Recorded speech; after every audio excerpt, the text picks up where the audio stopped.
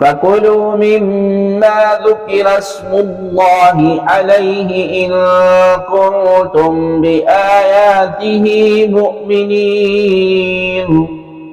تو اس میں سے کھاؤ جس پر اللہ تبارک و تعالی کا نام لے لیا گیا اگر تم اس کی آیتوں پر ایمان رکھتے ہو۔ فَكُلُوا تو کھاؤ، یعنی جو جانور اللہ تبارک و تعالی کے نام پر ذبح کیا گیا اسے کھاؤ، اور جو اپنی موت مرا یا بتوں کے نام پر ذبح کیا گیا وہ حرام ہے۔ جانور کے حلال ہونے کا تعلق اللہ تبارک و تعالی کے نام پر ذبح ہونے سے ہے۔ اس آیت کریمہ کا شان نزول یہ ہے کہ مشرکین مسلمانوں پر اعتراضات کرتے تھے کہ تم اپنا قتل کیا ہوا کھاتے ہو اور اللہ تبارک و تعالی کا مارا ہوا یعنی جو اپنی موت مرے اس کو حرام جانتے ہو۔ اس کے جواب میں یہ آیت کریمہ نازل ہوئی جس میں فرمایا گیا کہ جو اللہ تبارک و تعالی کے نام پر ذبح کیا گیا وہ حلال ہے، اور جو اس کے نام پر ذبح نہ ہو وہ حرام ہے۔ اور کافروں کا اعتراض کہ ذبیحہ کو ہم مارتے ہیں اور خود مرے اسے اللہ تبارک و تعالی مارتا ہے، جو اللہ کا مارا ہوا ہو وہ حرام کیوں؟ اس اعتراض کی بنیاد ہی غلط ہے، کیونکہ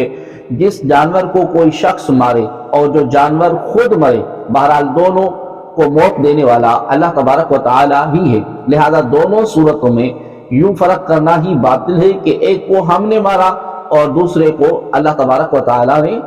اب رہا یہ کہ ایک ہی حلال دوسرا حرام کیوں؟ تو یہ اللہ تبارک و تعالی کا حکم ہے، اور وہ خالق و مالک ہے جو چاہے حکم فرمائے، اور یہ اس کے نام کی تعظیم کی ایک صورت ہے کہ اس کے نام پر ذبح کردہ جانور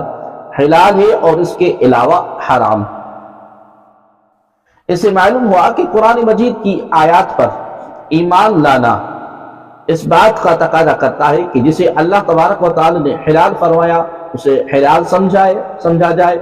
اور اس پر عمل کیا جائے، اور جسے حرام فرمایا اسے حرام جانا جائے اور اس سے بچا جائے، اور اللہ تبارک و تعالی کے حلال کیے ہوئے کو حرام قرار دینا یا حرام کیے ہوئے کو حلال سمجھنا دونوں قرآن پر ایمان کی منافی ہے۔ حضرت سیدنا ابو ہریرہ رضی اللہ تعالی عنہ سے روایت ہے کہ رسول اللہ صلی اللہ علیہ وآلہ وسلم نے ارشاد فرمایا، قرآن کریم اجمالی طور پر کلام کی 5 قسموں پر اترا: حلال،